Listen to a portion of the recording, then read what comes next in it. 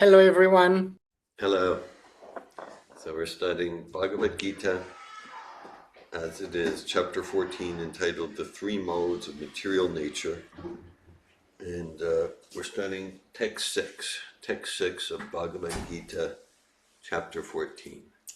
Hare Krishna Nasuya.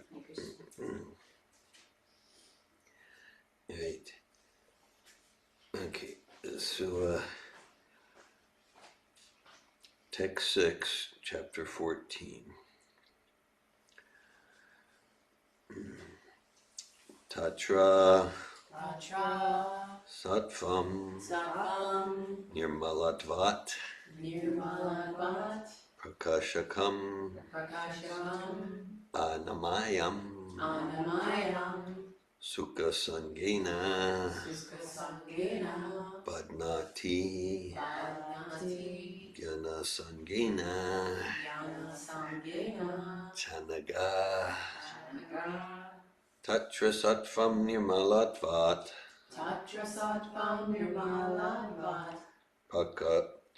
Prakashakam Anamayam Sukha Sangena Padnati Jnana Sangena Chanaga Tatra Sattvam Nirmalatvat Prakashakam Anamayam Sukha Sangena Padnati Jnana Sangena Chanaga Tatra Sattvam Nirmalatvat Prakashakam Anamayam Sukha Sangena Padnati Jnana Sangena Chanaga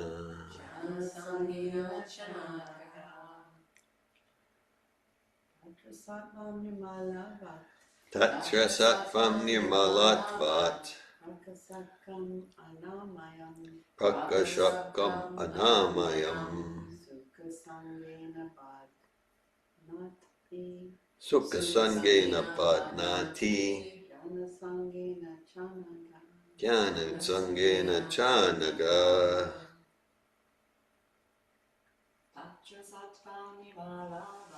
Tatra Sattvam Nirmalatvat Prakashakam Anamayam Sukha Sangena Padnati Jnana Sangena Chanaga Tatra Sattvam Nirmalatvat Prakashakam Anamayam Sukha Sangena Padnati Jnana Sangena Chanaga Tatra Sattvam Nirmalatvat Tatra Sattvam Nirmalatvat Prakashakamanayam Prakashakam Anamayam Sukha Sangena Padnati Sukha Sangena Padnati Jnana Sangena Chanaka. Jnana Sangena Chanaga.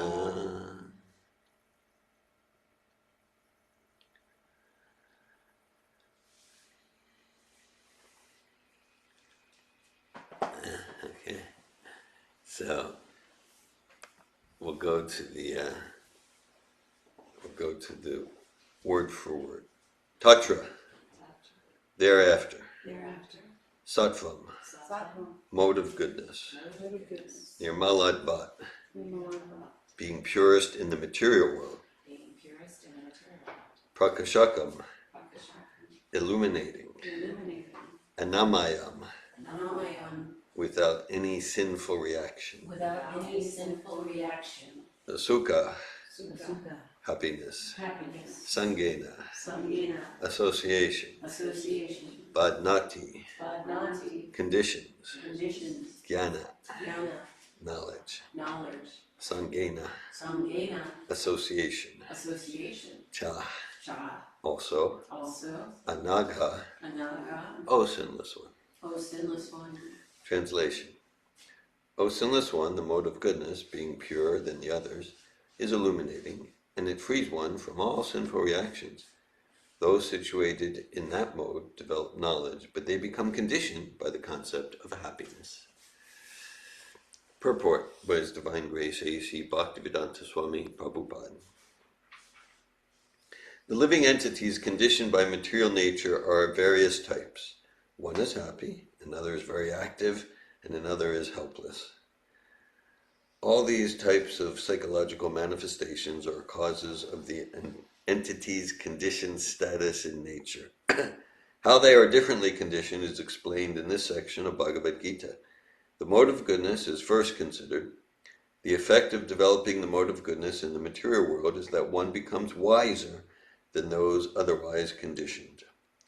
A man in the mode of goodness is not so much affected by material miseries, and he has a sense of advancement in material knowledge. The representative type is the Brahmin, who is supposed to be situated in the mode of goodness. This sense of happiness is due to understanding that in the mode of goodness, one is more or less free from sinful reactions. Actually, in the Vedic literature it is said that the mode of goodness means greater knowledge and a greater sense of happiness. The difficulty here is that when a living entity is situated in the mode of goodness, he becomes conditioned to feel that he is advanced in knowledge and is better than others. In this way he becomes conditioned. The best examples are the scientist and philosopher. Each is very proud of his knowledge, and because they generally improve their living conditions, they feel a sort of material happiness. The sense of advanced happiness in conditioned life makes them bound by the mode of goodness of material nature. As such, they are attracted toward working in the mode of goodness, and as long as they have an attraction for working in that way, they have to take some type of body in the modes of nature. Thus, there is no likelihood of liberation or of being transferred to the spiritual world. Repeatedly, one may become a philosopher, a scientist, or a poet, and repeatedly become entangled in the same disadvantages of birth and death. But due to the illusion of the material energy, one thinks that that sort of life is pleasant.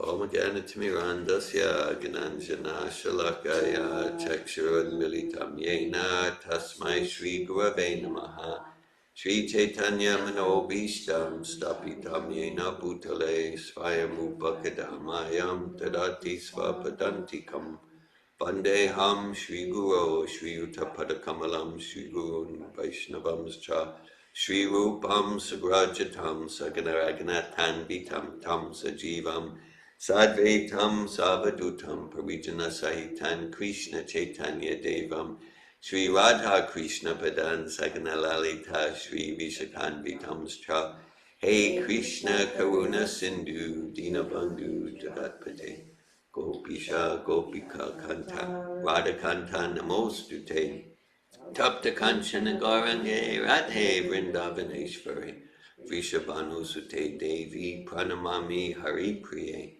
Vancha Kalpatarubhyascha Kripa Sindhubhyeva Cha Patitanam Pavanebhyo Vaishnavebhyo Namo Namaha Jai Shri Krishna Chaitanya Prabhu Nityananda Shri Advaita Gadadara Shri Vasadi Gaura Bhakta Vrinda Hare Krishna Krishna Krishna Hare Hare Hare Rama Rama Rama Hare Hare Namo Vishnu Padaya Krishna Prestaya Bhutale Srimate Bhaktivedanta Swami Niti Namine Namaste Sarasvati Deve Gauravani Pacharine Nirvishesha Shunyavadi Paschatya Desha Tarine Hare Krishna.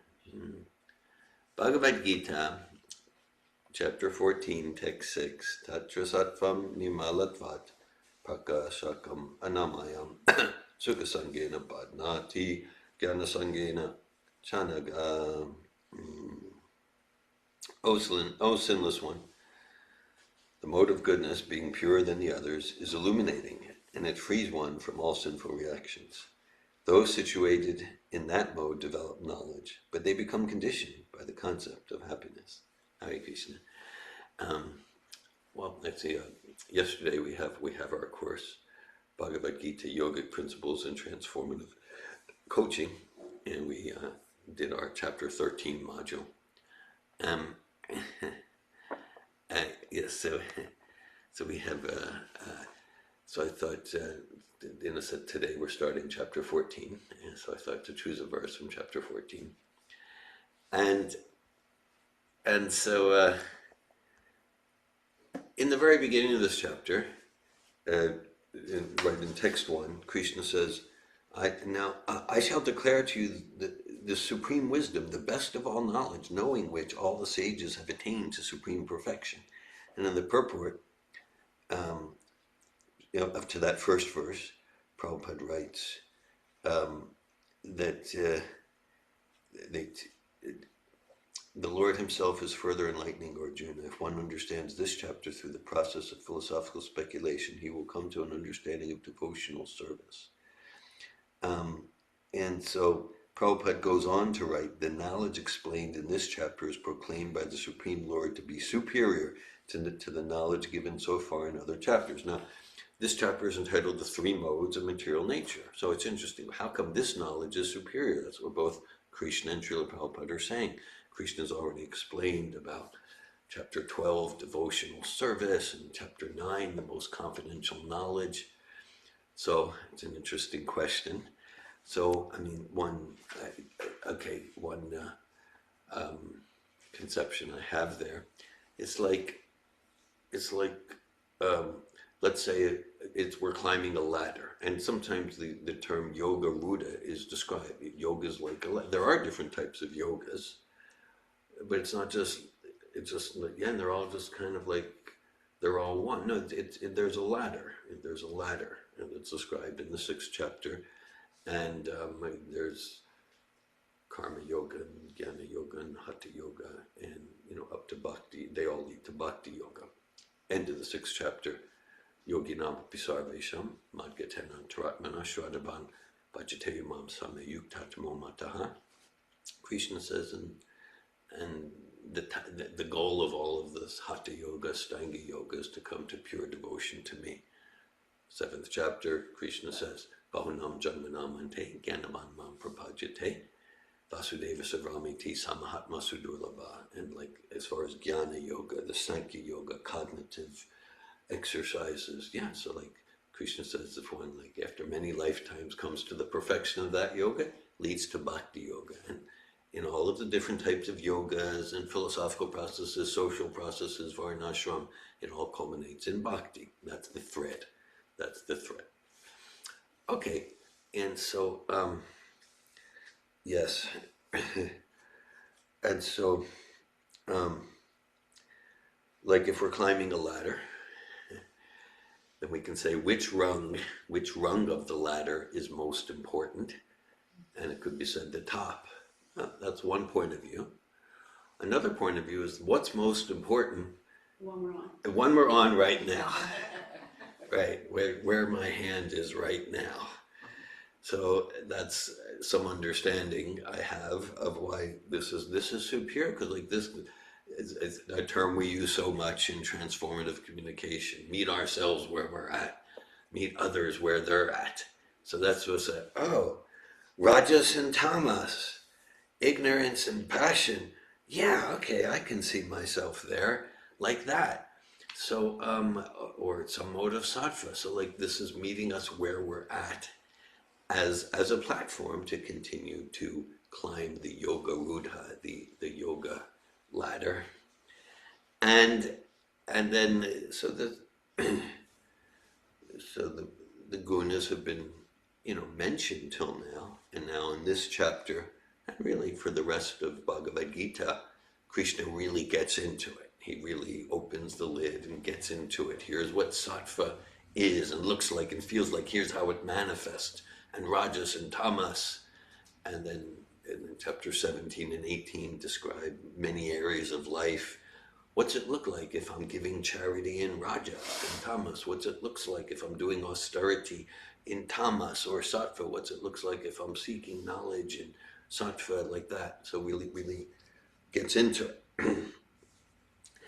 And so here, Sattva is beginning to be explained. And so Nirmalatvat,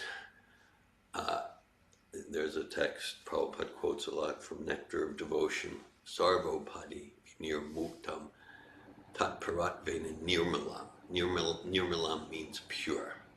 Rishikena Rishikesha Sevanam Bhaktir Uttama. So Sarvopadi, which means free from material designations. And upadi is a false designation or a false conception of self. So, okay, I'm thinking, I'm American, so I'll do things that Americans do. I'm in this body, so this body has so many designations based on race and religion we're born into. That's different than the Sanatana Dharma.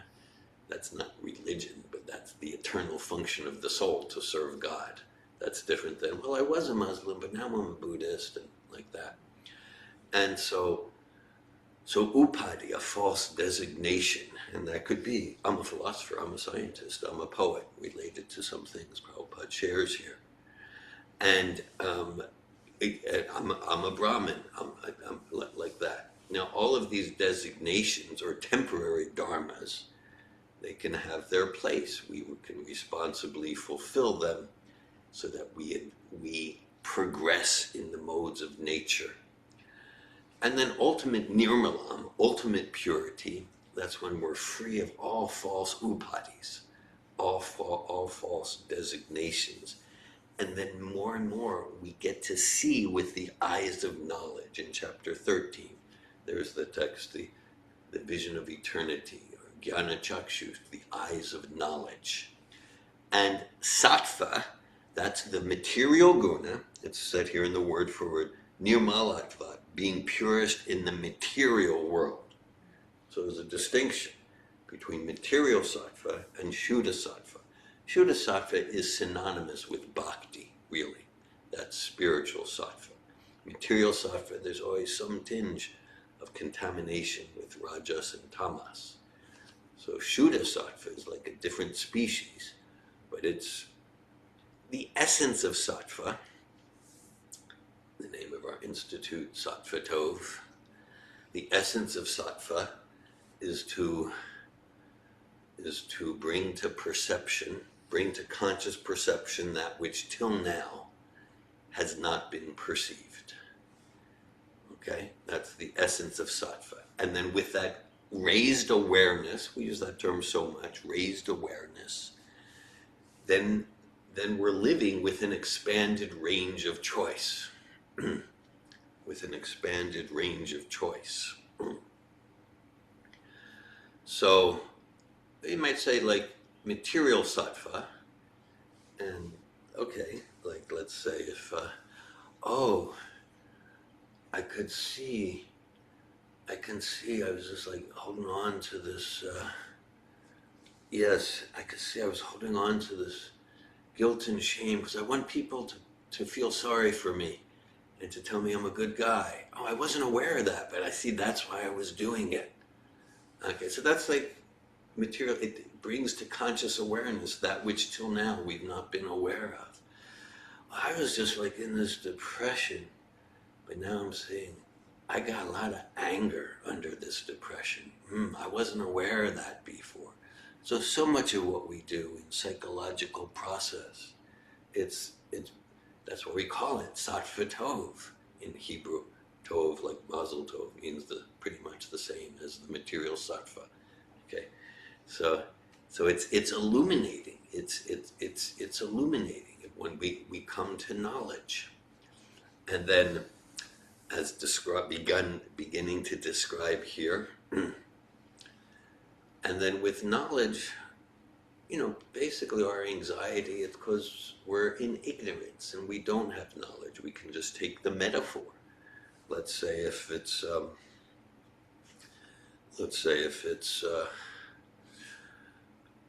really dark out and we're walking and there's no light, no street lights, and this is really scary.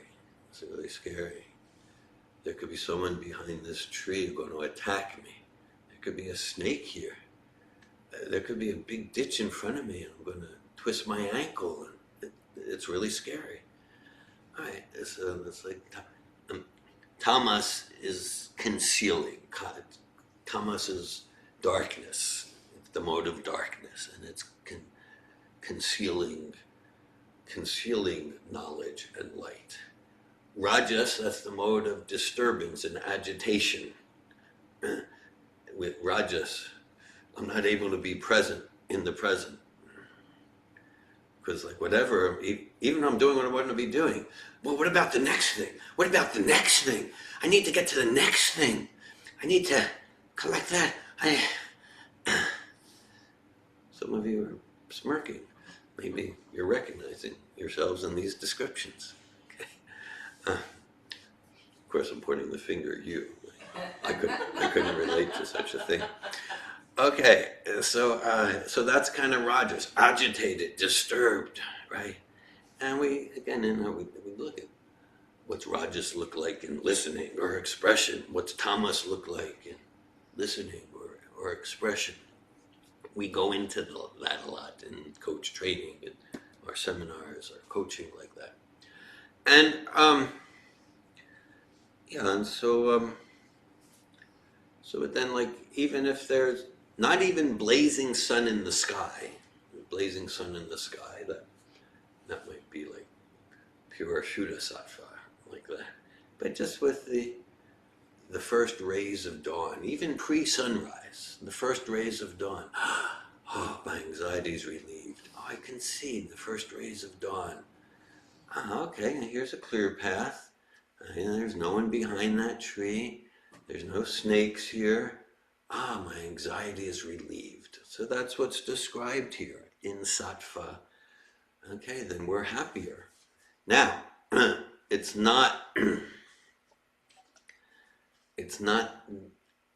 closer to the soul awakened to itself, but it's not the spiritual bliss, the ananda that's intrinsic to the soul engaged in bhakti, engaged in devotional service to Krishna. It's material happiness, which is relative. I have less anxiety than before. I'm not feeling as insecure as before. Or as described here, kind of like, yeah, there's still the material miseries, but look at that person suffering over there and struggling and just really foolishness, or maybe they're getting intoxicated and just doing all these destructive activities and just ignorant activities, and I'm above them. So there's some in comparison to them, I'm suffering less, and that's true in Sattva. And what's emphasized here is so as a principle, we want to cultivate sattvic qualities in all areas of life. It's fully encouraged. Cultivate sattvic qualities and not make that the ultimate goal. And so if we're sattvic and relatively happy, as Prabhupada says at the end of the purport, we think, yeah, this is kind of pleasant. Then we become complacent. There's that word tivrena, akama sarvakama mokshakam udaradi tivrena bhakti yogena yajeta pusha para. Tivrena means wherever we're at in the modes of nature, the best course of action. We have gross material desires, or I want liberation into the oneness. or I want devotional service, but I got these other stuff going on too, whatever. The best course of action, intensely, tivrena bhakti yogena, intensely engage in bhakti. And so if we have that complacency that can come from sattva, it doesn't have to, but if we have that complacency, then that's going to get in the way of being intense in bhakti yoga. So an analogy we've often used, sattva is compared to the airport. So if I want to get somewhere, let's say, yeah, so like, all right, so actually, 1 month from today, I'm going to go to Landrindod, Wales, of all places. And so the best launch pad to get to Wales through Heathrow or Gatwick or whatever it is the airport. I'll be starting at the Gainesville airport, I think through Philadelphia this time. All right. But then if I get to the airport, and in recent years they made improvements in the Gainesville airport. I don't know if anyone noticed, but so it's like it's a lot more comfortable than it was 30 years ago. Rocking chairs. Yeah. The southern type rocking. So let's say I'm there at the airport in the rocking chairs, got a nice book, they got pleasant music, and there's nice people walking around, and right there you get a smoothie. And that sort of life is pleasant. That sort of life is pleasant. And then they announce, okay, last call up David Wolf, last call for the flight to Philadelphia, en route to London. Last call. And then let's say I'm so comfortable there. I'm so comfortable, I don't get on the flight. So, in one sense, to get to the airport was useless. Yeah, getting to the airport's useless. No, that's not true. It's important to get to the airport. Like if I want to get to London and then Landrindod, it's important to get to the Gainesville airport. So it is important. And to not make that the ultimate goal. So to cultivate sattvic qualities, to be tolerant and non-attached to respect and material sense gratification and honor. We quoted that in different sanghas yesterday. Thomas Wolfe, you have reached the pinnacle of success as soon as you are uninterested in popularity, compliments, or money. Doesn't mean one doesn't accept compliments, popularity, or money, but that's not the goal. And so that's very Bhagavad Gita. Yami navyatayante te pusham pusharshava samaduka sukham dhira somitat vaya kalpate. Krishna says the one who is not disturbed in happiness or distress, whether physical or mental, or honor or dishonor, and continues steadily in both, that's liberation. That's liberation. It means the modes of nature are happening. Modes of nature are happening, maybe including in the mind. At the same time, I continue with my Shuddha Sattva. Bhakti means Shuddha Sattva. Okay, so to cultivate sattvic qualities, compassion and peacefulness and tolerance and sense control and truly deep listening to understand, not to reply. I have a smart reply like that. That would be rajasic. And sattva in our communication, we would call that assertiveness. Krishna describes assertiveness, austerity of speech, that's sattvic speech. Anudvegam kram vakyam satyam prehinam chaya swadeya vyasanam chaiva vanmayam tapu uchyate. Krishna describes speech in different modes. And so sattvic speech, it's true, not that I'm too scared to express the truth because what will people think of me? Or then I need to get into a whole conversation. And okay, so true and beneficial simultaneously, and fully aligned with serving absolute truth, serving self-realization. Serving self-realization. So self-realization, we begin more and more to see through, as we approach sattva, we more and more see through the eyes of knowledge. Eyes of knowledge. More and more we get to realize I'm a spirit soul, and inside the body of all these people are spirit souls, even if we're not necessarily directly experiencing the soul. We begin to see through the eyes of purified knowledge. For example, just as I was setting up the computer here and beginning to sit, I said to Rosemary and Lakshmi Priya and Rasamanjari, Anandini, Sylvan, I said, oh, Anasuya is coming. Okay. Now, all I saw was a red car. All I saw was a red car pass on 148th Street. Okay. But because I was seeing with the eyes of knowledge, I knew there's a person in that car named Anasuya. Okay. Right? So, as we begin more and more in sattvic consciousness to see with the eyes of knowledge, then that's described Stavara Jangama Deki Nadeki Taramurti Sarvatra Hayanija Ishta Deva Sporti.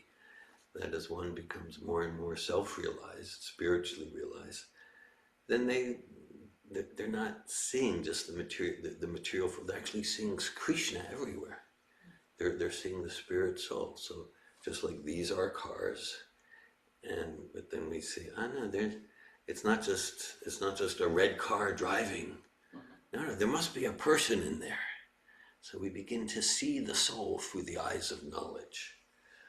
Prabhupada gives the example, even material knowledge, right? So a 2-year-old child might see the sun as a yellow circle in the sky, 3 inches in diameter. That's really ignorance. Right? The senses are false. So even with material knowledge, we see that's not a 3-inch circle. That's this immense stellar body, 93 million miles away, 1.4 million times the volume of the earth. So we see through material knowledge. And so as we get to see through spiritual knowledge, we see the soul, and related to our discussion yesterday in chapter 13, and we begin to see the super soul more and more palpably as we come towards sattva, then Shuddha sattva. We said, so the essence of sattva, to bring to conscious perception that which till now has not been perceived. Like when we say, like in coaching, every quality session has awareness raising. Most quality sessions have action planning. Awareness raising, that means an enhancement of sattvic consciousness. That's what we're talking about. That's what we're talking about. And with that awareness raising, there's an expanded range of choice. So like, there could be a conception or misconception. Sattva means I'm always Shanti, Shanti, Shanti. I fell asleep there. And so, and that's because Sattva and Tamas, they can externally appear similar. And even there's that image, and it's a true image described in Bhagavad Gita. The yogi is sattva, not like all the material activity. The yogi in the forest is sattva. And then the yogi falls asleep. And that becomes tamas. There's an intimate connection, even though they're so different. So that's why like in Bhagavad Gita it talks about that sort of yogi, to have eyes half shut. Eyes completely shut, then there's risk of sleeping. Eyes completely open, then there's the risk of, ooh, look at this shiny thing. And we get captivated by things, sense gratification. So the eye just there's a reason why eyes half shut in that sort of meditation. And yes, and then there's expanded range of choice. And so sattva doesn't mean we don't get angry. It means we're able to choose anger whenever we choose when it's going to serve our purpose. Right? So like Arjuna, he was kind of Shanti, I'll go to the forest.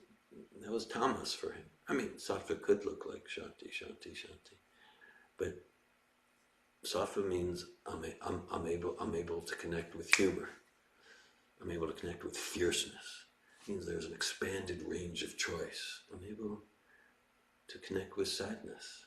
I'm not limited by an upadi, by a limited box. And then Shuddha sattva, or spiritual sattva, again, the essence of sattva is to reveal what till now has not been perceived. So we gave some examples of material sattva. Spiritual sattva, it's the same principle. At the same time, then it's like positive revelation of spiritual knowledge, positive revelation of the nature of spirit. We talked yesterday in Bhagavad Gita, chapter 13, of Sambandha, the relation of the soul with super soul, the soul with material energy, a positive revelation of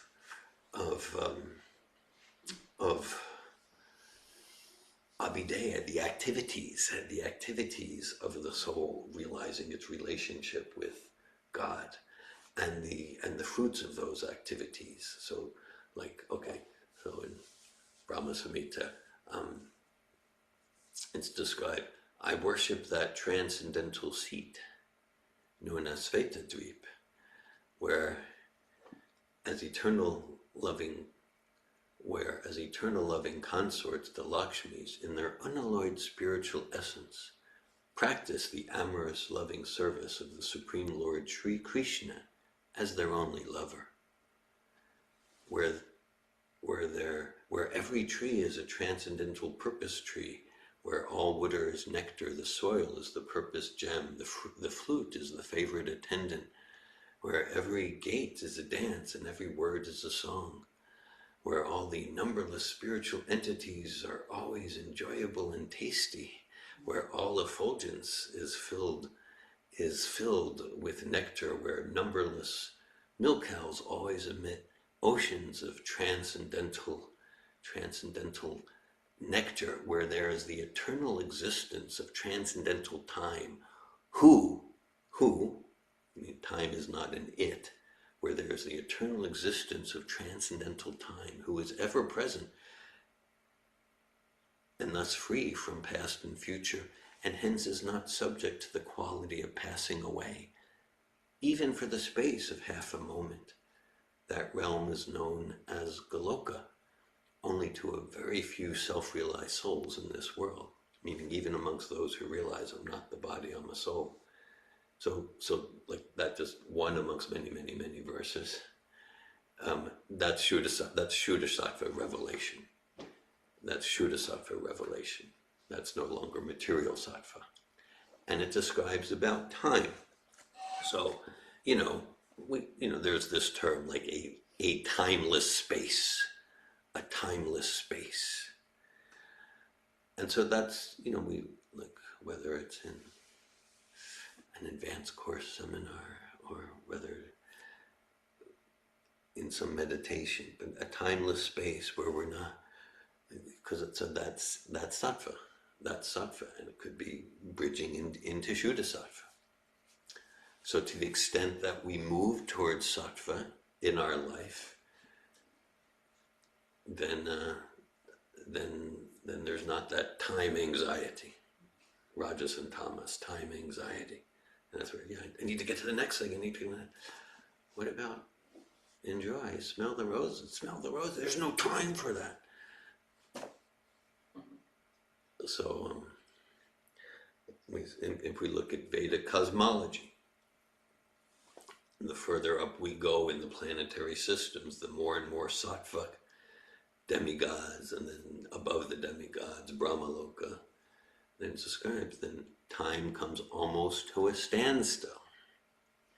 There's time relativity. Prabhupada relates that. He said Einstein had the right idea, quite a brilliant scientist there. That's why we get to Brahmaloka. And then time, like 1 nanosecond for Brahma is like 1 year on Earth. If we want to expand it, 100, 100 years of our years is, to be precise, 311 trillion 40 billion years for Brahma. So like that. And then if we go beyond that to Shuddhasattva, then there's no, then every moment exists eternally, free from past and future, and hence is not subject to the quality of passing away, even for the space of half a moment. That's why, that's just like we're deconstructing. How come when we cultivate sattvic consciousness, habits, qualities, relationships, then there's less and less time anxiety. And of course, our studies on chanting Hare Krishna, Krishna Krishna, Hare Hare, Hare Rama, Rama Rama, Hare Hare, confirm this Vedic assertions that, because this is completely Shuddhasattva vibration, so naturally stress decreases and material anxiety, material depression decreases like that. And so then here in this purport, Prabhupada talks about the representative type of the sattvic person is the Brahmin. He says, who is supposed to be situated in the mode of goodness. Interesting language from Prabhupada. Supposed to be, yeah, you noted that, right? Yes, the sense of happiness is due to understanding that in the mode of goodness, one is more or less free from sinful reactions. And so, a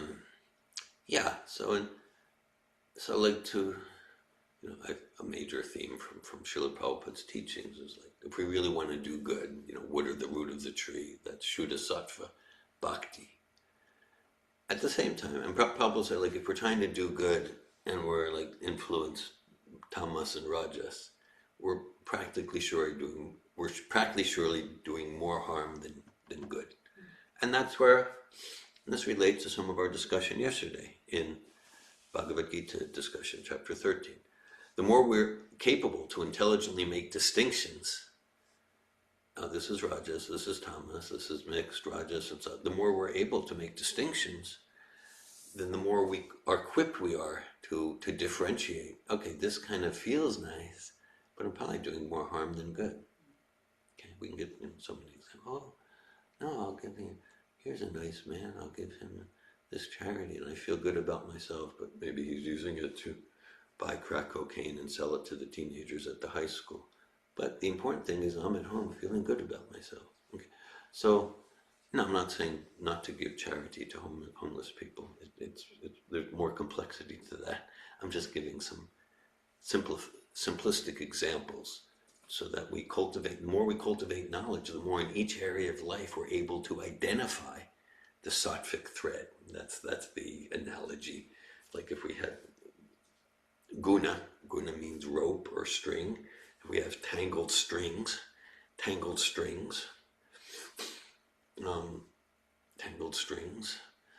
when we pull it, and it just becomes more tangled and gnarly, and it's impossible.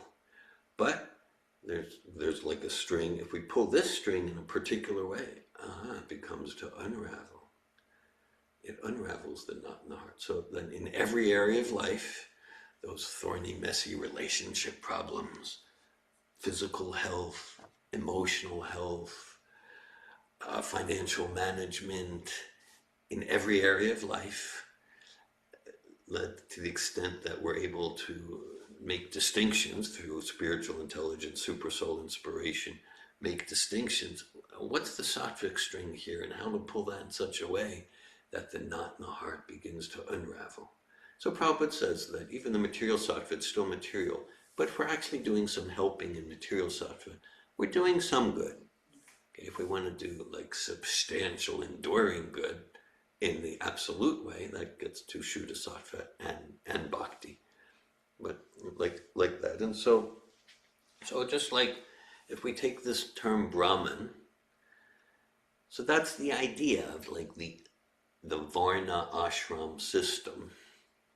So Brahmin, that's like that's like the most sattvic Varna, and the idea is that one progresses through the Varnas to higher modes, and then a Brahmin is one who is Brahman realized. This is the Vedic social system.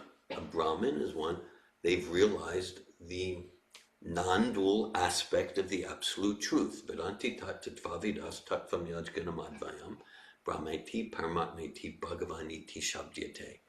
A Brahmin is one, at least in theory, who's realized the impersonal aspect of the absolute truth. That's what a Brahmin means. They've realized spirit. And then from there, the Brahmin goes towards like a yogi super soul connection, and then from there towards bhakti yoga to Bhagavan Sri Krishna.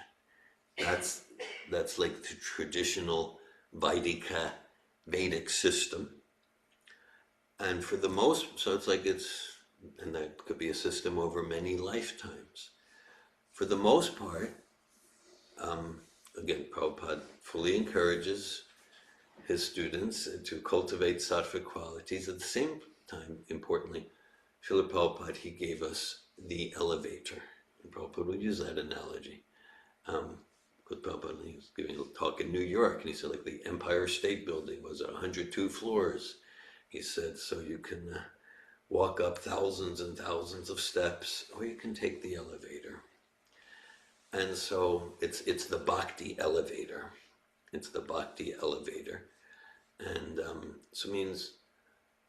so airport analogy, sattvic consciousness is the most conducive place from which to embrace bhakti. At the same time, savai pumsam parodharmo yato bhaktirit hokshaje ahitukya pratyata yayatma suprasidati. That bhakti is transcendental, it's not dependent. You can't do bhakti till you come to sattva. No, from wherever we're at, in the modes of nature, rajas, tamas, just complete foolishness, confusion, arrogance, feeling really low, whatever. Bhakti, we're encouraged to choose bhakti. We're encouraged to choose bhakti. That choice is easier from sattva. At the same time, as this verse emphasizes, there are potential pitfalls from sattva. Queen Kunti, she prays, Queen Kunti in the 8th chapter of the 1st canto of Bhagavatam, Janmeshvarya Shrutashri Edamana Madhapuman Naivar Hatyabidat Tumbai Tvamakinchana Gochara. She says that those who have a nice life, relatively sattvic, and she's basically mirroring this verse. She said that those who have a nice life, the problem there is it's difficult for them to feelingly, with desperation, call out to you, oh Govinda. So she says, Tvam, you Krishna, Tvam Akinchana Gochara, you're the shelter for the materially exhausted. And so if someone's doing pretty nice in Sattva Gun, they might, just like they're in a relatively minimum security prison. That's pretty nice here. And then they won't feelingly call out, hey Govinda, Krishna, please accept me, please accept me. Where someone's struggling in Rajas and Tamas, in some instances, they might be more likely to connect with, I'm suffering like anything, and I admit it. Krishna, please engage me in your service, like that. I get. Still, we're not encouraged to entangle ourselves even more in rajas and tamas. But that's the way it's like that. These are the different complexities. So, chapter 14, text 6, chapter 14, entitled "The Three Modes of Material Nature." Tatra sattvam nirmalatvat prakashakam anamayam sukasangena badnati jnanasangena chanaga. O sinless one, the mode of goodness, being purer than the others, is illuminating, and it frees one from all sinful reactions. Those situated in that mode develop knowledge, but they become conditioned by the concept of happiness. Hare Krishna. Thanks for hearing Bhagavad Gita. I welcome any sharing, comments, questions at this time.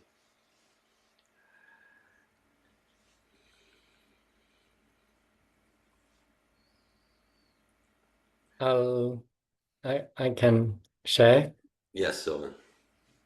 So at the beginning of the class, you got disturbed a little bit by some conversation. Maybe I read this chapter this morning, and I don't read all the purports necessarily, but I did read the purport of this particular text. Okay. Because so there is something here, some coincidence that you would have picked this verse, and yeah, I mean, I don't really have a question. I'm just a little bit I think it is quite scary. It's scary complacency of having it together. I was actually sharing this morning how when I read this, a friend of mine came to mind because he's got it together, and yeah, I don't see him really doing the work. He's just getting on with life, and yeah, I can see how that would be, especially seeing everyone else struggling. Yeah, I'm doing okay, and so yeah, I find that a bit scary, especially moving on. Say I've established myself in sattvic living sufficiently, and then death happens, and then I get another human life with things all nice and cozy. What's gonna call me to do the work? What's calling me now? It's all the pain and suffering. But if I don't experience it, well, I'll just continue enjoy the lower tastes. Yeah, so that's not depressing exactly, but yeah, it's something. You use the term scary. You use the term scary. Yeah. Thank you, Sylvan. Yeah, I did notice some exchange between Anandini and you around the apparent serendipity of this verse, the apparent just by chance. Isn't that interesting? You read this morning. Thanks for sharing. Srila Prabhupada, so, just like everything in the material sphere has its spiritual origin and, let's call it, counter whole. So that's true for fear too. So, from my perception, your fear is spiritual fear. Srila Prabhupada said that his greatest anxiety is that his students are not scared enough of Maya. And so, he's encouraging us, let's have a healthy fear of Maya, which can take the form of, it can take so many forms, but one form it takes, we're discussing here, can take the form of complacency because I'm doing all right. So that sounds like a healthy fear, we emphasize a lot in Safatov environments. Maybe you've heard me say, Experience your experience. Have you heard that once or twice? Or maybe 10,000 times or something like that? Okay. Experience your experience. Be with your experience. Okay. So it's not intended just to be some new age, feel your feelings. It's not intended that like to look, if we really experience our experience, an aspect of that will be honestly encountering, I'm suffering here, I'm in pain, I'm in shame, and looking at how much my life is running from that. Yesterday in our Bhagavad Gita discussion, and I think it's so relevant here, we referenced Srila Sanatan Goswami. It's a classic example. So he really had it together. He was prime minister, so he's famous, he's wealthy, he's young and attractive, and he's really smart, and he's fluent in at least 6 languages. And then when he approaches Lord Chaitanya, Kaniyamani, Jerry Tapachaya, he says, yeah, we went through this yesterday, yeah, Bhagavad Gita class, some of you were there. But yeah, he says, people really admire me, and they look up to me, and they praise me, and they honor me, and they think I'm great. And I'm such a fool that I believe them. I'm believing my publicity, so to speak. And he said, but what I know for sure is I'm really suffering. And I don't know why. I'm suffering the threefold misery, starting with my own mind torments me, and all the threefold miseries. And yeah, so that's it. So it's like he's experiencing his experience, and he's getting, I'm confused, I'm lost, I'm in pain, I'm hurt, I'm wounded, I have festering resentments over petty things. I'm suffering, even though I've really got it together. He's got a sattvic life. He's has authority over people, and he's respected. Like that. So the idea of experience my experience is because that's going to lead us to stop deceiving ourselves about, I really got it together. No matter what our external image looks like, experiencing my experience will lead me to stop deceiving myself. I'm suffering, and what's the real solution here? And it'll lead me to bhakti and super soul connection.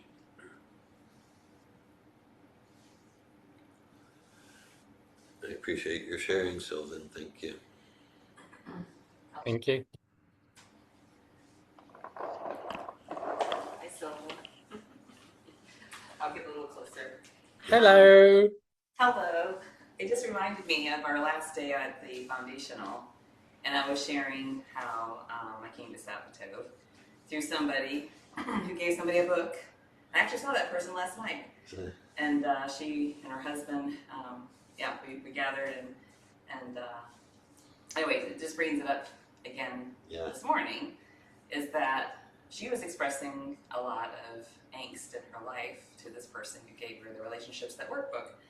But I never expressed angst in my life to the person that I was offended by who didn't give you the book. And so it just brought up for me that we can't assume that Anasu has got her act together and she doesn't need help. And so it just reminded me that I've heard that a lot in my life. Like, I have my act together, so I don't offer you help. I don't offer you help because I appear as I have it all together. And I really liked that appearance of control. I really liked it. It served me really well. Smooth and highly effective, looking good strategies. Yeah, it served me well for so many years, or so I thought. And so it reminded me that I want to see others not as I see them, but to ask, to actually inquire, because my assumptions are going to be way off base. And based on externals. Yes, based on externals. I'm not gonna get the complete picture, and I'm not gonna And so anyway, it just came to me that I want to be more curious about, what's happening in other people's lives, because I don't want to go to assumptions. I felt like that was part of my learning, is that others will give that appearance as I did, and I still do from time to time. And it's very it's a good act. It's a really good act.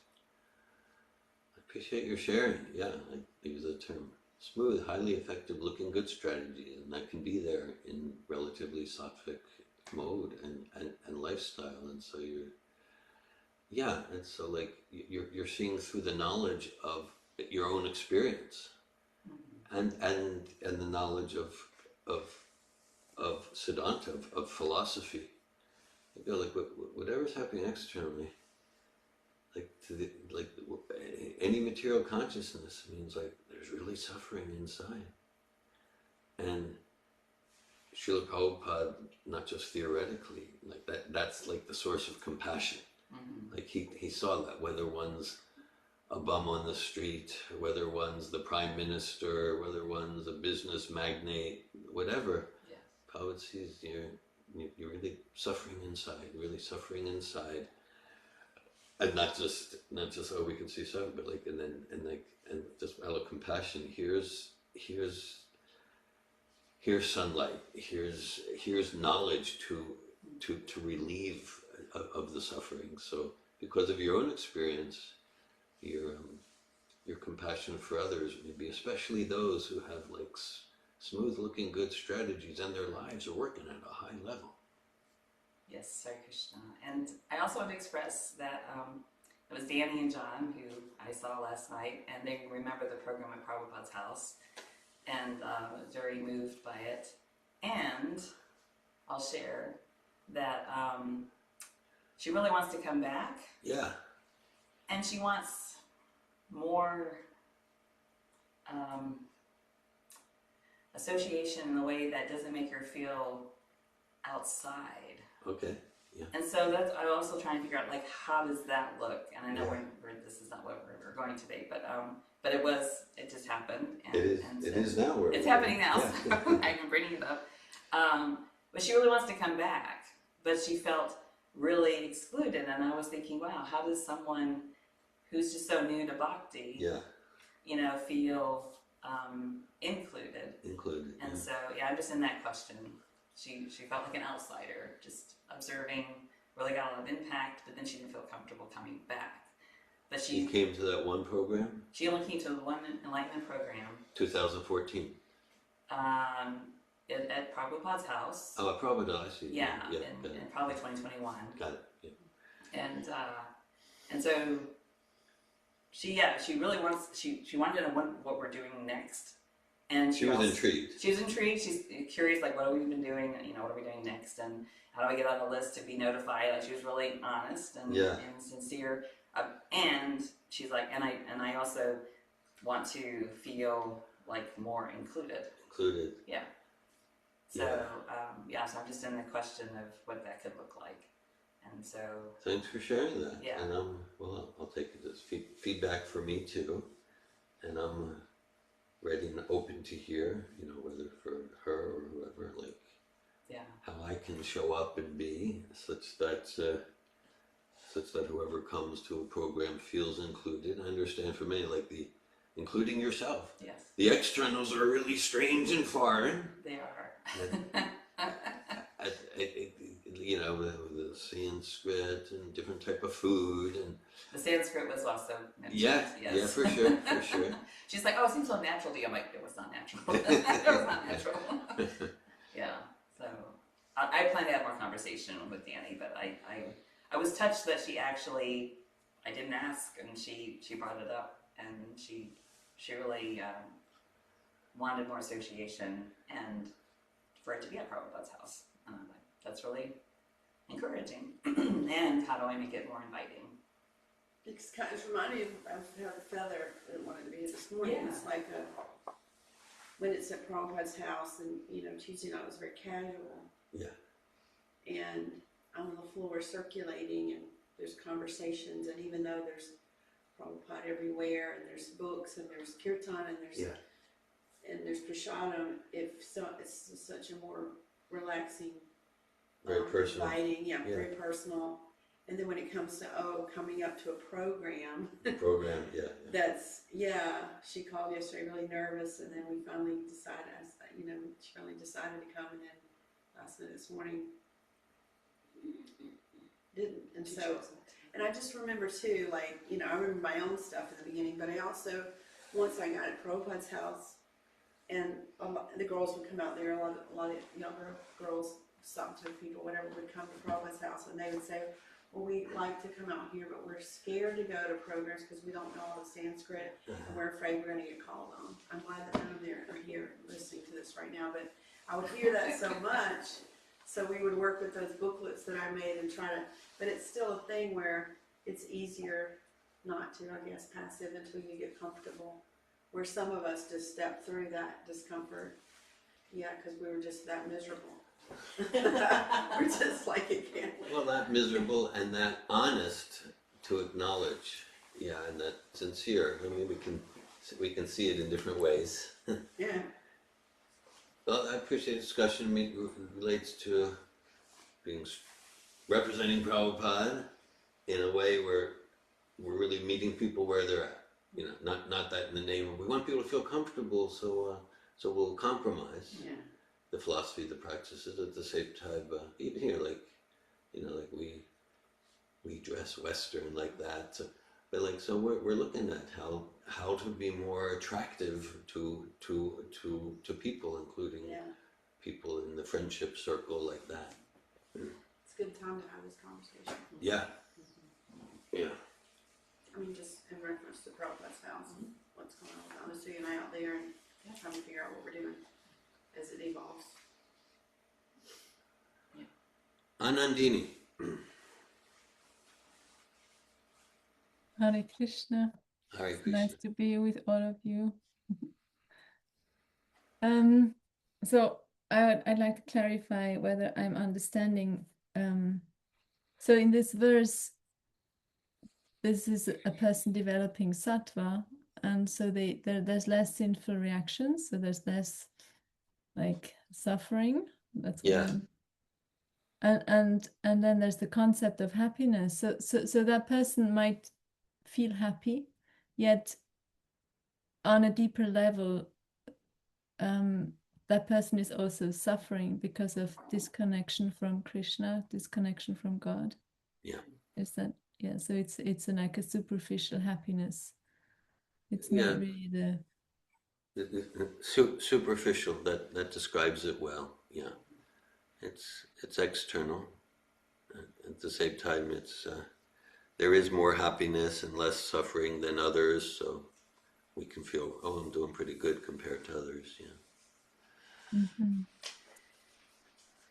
I have many questions. A lot of questions are coming up for you. Yeah, so such a person like in sattva and free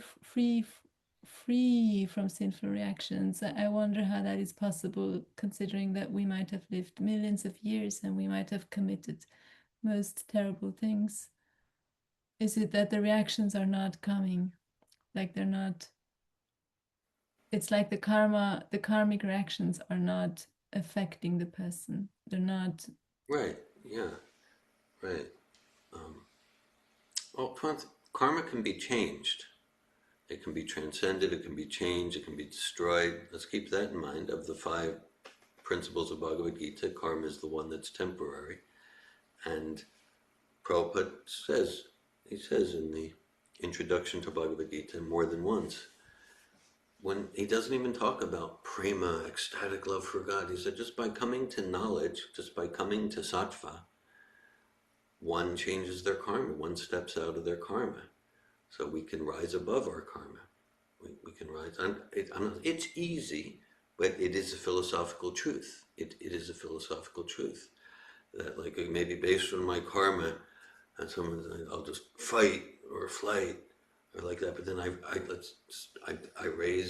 become sattvic in communication and go, okay, rather than just fight or defend or go away or like that. I'm going to try to really understand this person. Okay, so it means based on my karma, I either fight or flight, or I'm going to destroy my enemy or like that. But I've expanded my range of choice. I've transcended my karma. I've changed my karma. That's just in the area of communication with people in our life, and we can do that in any area. Now, to stay steadily free from the machine of karma, then that's another discussion. But in any moment, we choose sattva, conscious living. We've transcended our karma. And so in sattvic mode, we're lessening the karmic sinful reactions. We're lessening. It's not completely zero until we get to steady transcendence. And then things are coming. In the 4th chapter, Krishna says, if we really get into it, it's complex. Karma, akarma, vikarma. Even like we can be apparently free. But Prabhupada gives the example of like there could be a lake, a calm lake, and then all of a sudden there's some bubbles. And it's just like maybe there was some pocket beneath some mud underneath the lake. And then just some air got released and bubbles come to the surface. So Prabhupada says, yeah, there is karma from many lifetimes, and something can just bubble up in our life, or it comes out in dreams. Like, where did that come from? And so, so there's the principle. We choose sattva, choose transcendence, we change our karma. At the same time, as you're saying, Anandini, we've probably accrued karma for trillions of lifetimes in like that. Yeah, and then there's sometimes Krishna takes charge of our karma, and he will Yes. know when to give which reaction in the yeah. Okay, thank you for this. And I have something else related. This morning I read from Srimad Bhagavatam a verse that says, Bhakti, devotional service, it dissolves the subtle body. Yeah. And it like I think like the digestion, the fire of digestion just digests all the food. And so I was I'm thinking about that, how okay, so it's one thing to develop sattvic habits, and I understand that's changing the subtle body, it's changing our thinking, changing our feeling, changing our actions. And then devotional service is just way more powerful, because it doesn't, it's not about, I'm not investing to change the subtle body. I'm investing so that it's completely dissolved. Yeah. And what that means to me is just, what does that mean? What does someone experience, or someone who's like experiencing the Brahma Samhita verse, maybe that person has no subtle body.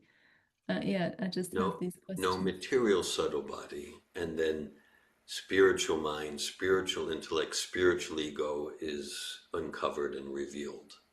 That's my understanding. So that's so it's not that the subtle body is dissolved and there's a void. It's dissolved, and then the spiritual subtle body shines. Yeah, shines forth. Yeah. Just relate to what you said in chapter 4, text 37. Krishna says, through this bhakti, the material karma is just burnt to a crisp at its very core, and like even in the seed. At the same time, he's talking about intensive, steady bhakti, not just no. I chanted a few rounds today, but how come I'm still? So, but at least that's the principle. Like with intensive bhakti, steadily, of the karma from, because even that deep material karma, it's still relatively shallow compared to the soul's connection with super soul. Yeah, that's interesting. I noticed that I have some habits which seem impossible to change, even though I try and I endeavor, and I feel like I succeed, and then the same habit hits again. So why not go for devotional service and just let the habit be a habit? And so I'll leave it here. Thank you. Thank you, Anandini. Thanks for your sharing. Hare Krishna. Sylvan.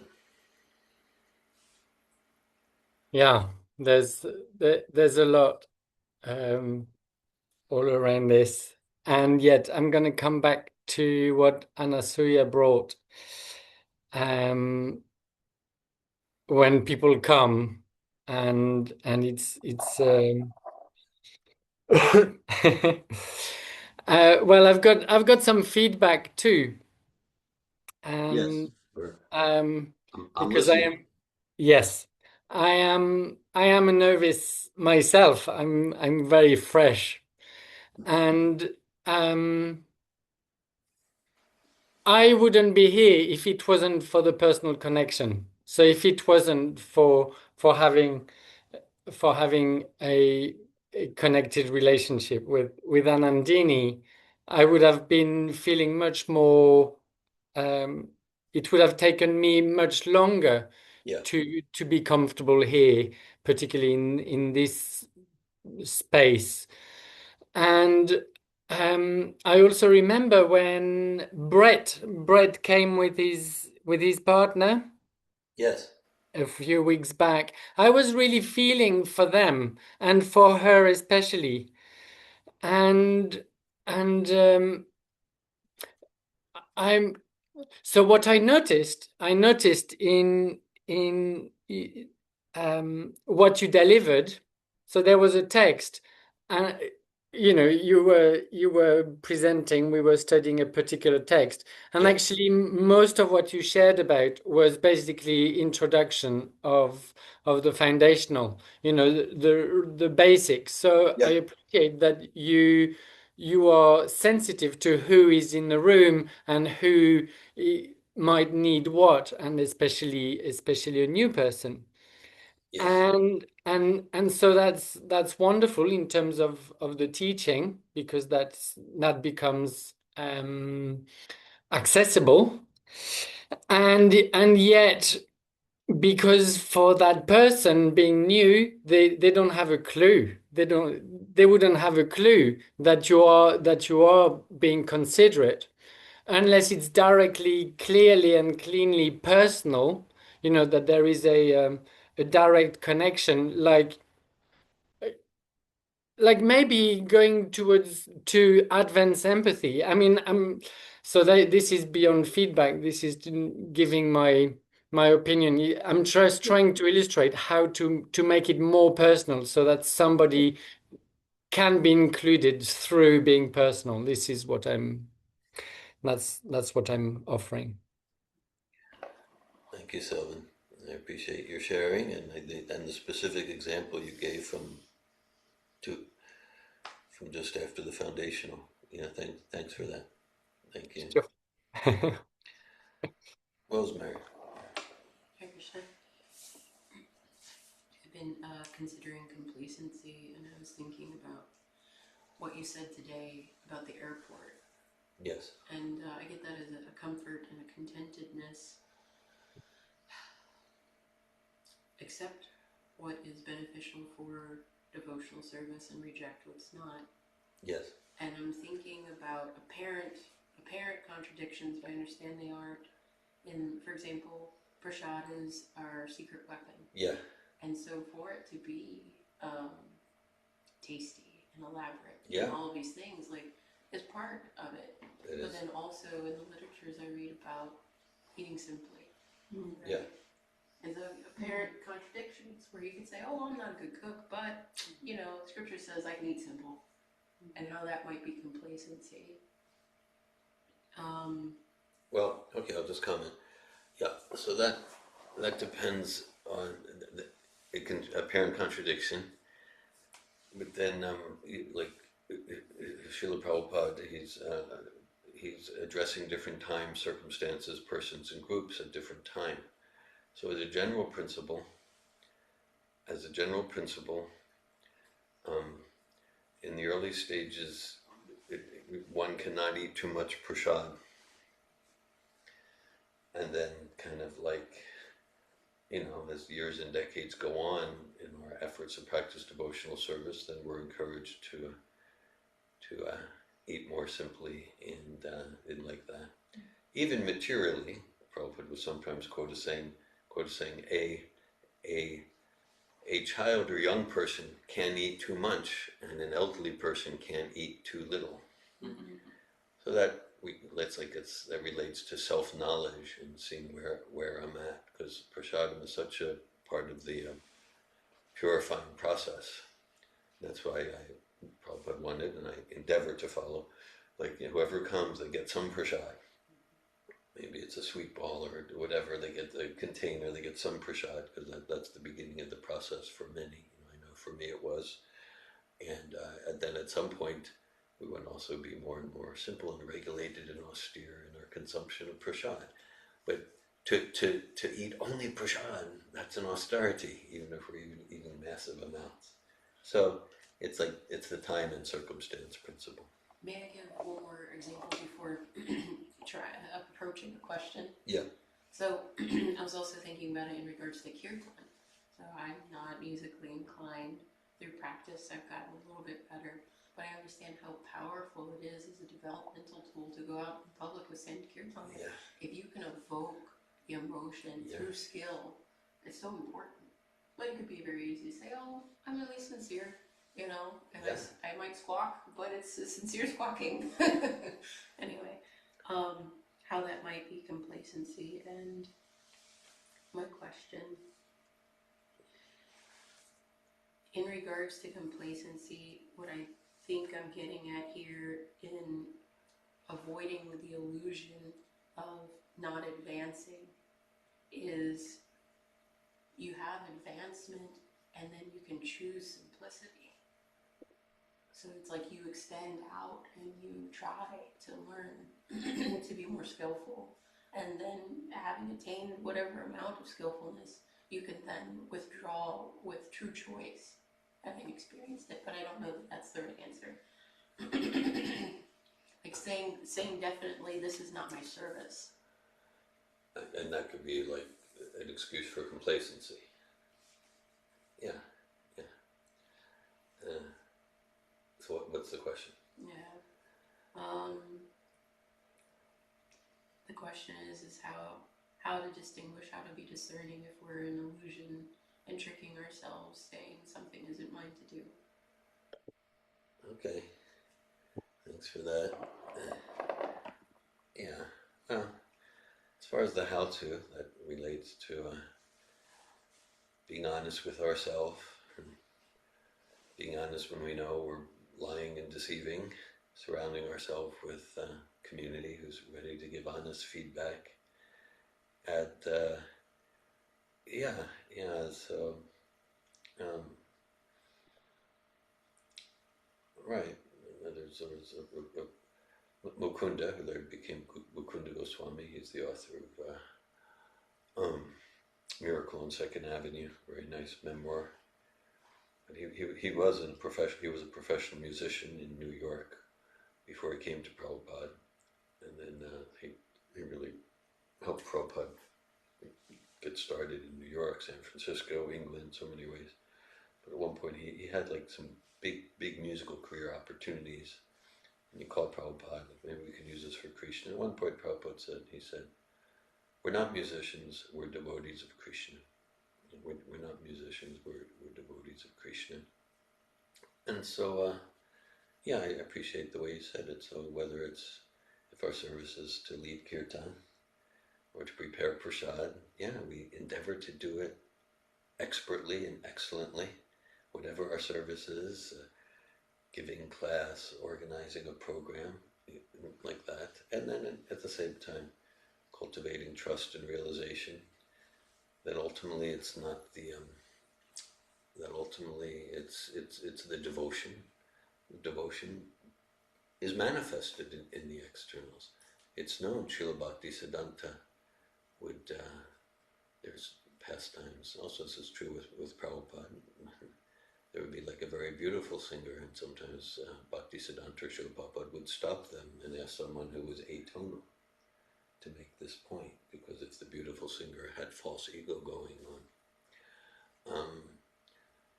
we want prasad, and it's nicely arranged and it's aesthetic for the taste, the smell, the eyes, also Bhaktisiddhanta, he was known, he would mix everything together.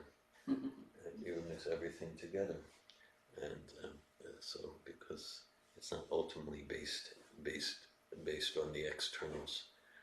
So, yeah, that's it. And we get a sense from Prabhupada's Super Soul and Prabhupada's representatives of what's our service, and we endeavor to do it, to give 100%, whatever it may be. Yeah, I don't know if that responds. I appreciate it. Yes, Dhira Govinda, I will consider what you said.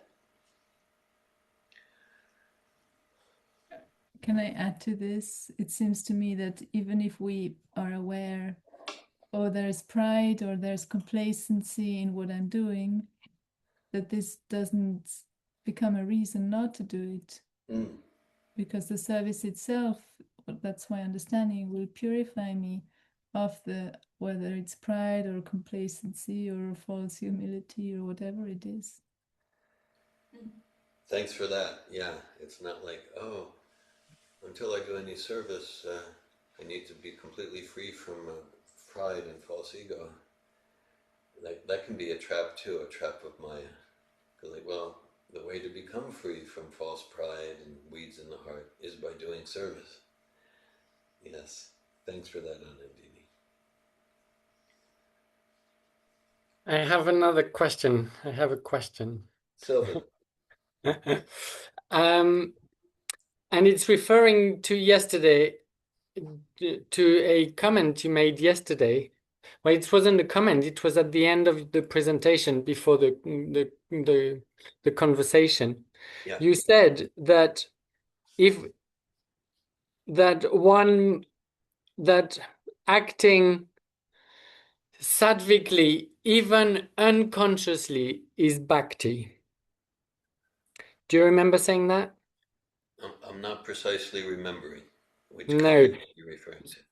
So you said that if we're acting consciously in practicing bhakti, okay. Well, I'd have to look at the. I left it too long, but anyway, you said that even acting unconsciously is bhakti. So there's a bit of and Yeah. I am really curious about that. Also because of sattva, the essence of sattva is to bring to conscious awareness that which till now has been Thanks for perceived. that. Yeah. So yeah. I'm not remembering exactly what I said yesterday, but well, there's the principle of agyata sukriti. It means, like, okay, let's say my history. For years, I consumed a lot of prasad. So I wasn't thinking, oh, I'm like serving God. I'm just like, what are these called? Samosas. They're amazing. Chutney. Wow. Okay. But that's an example. I was getting purified. And so, so the bhakti processes, they pierce through whatever modes of ignorance and passion or material sattva we're in. So that's what I mean. Bhakti is transcendental. And it's transcendental to in even material sattva. And so we want to engage people in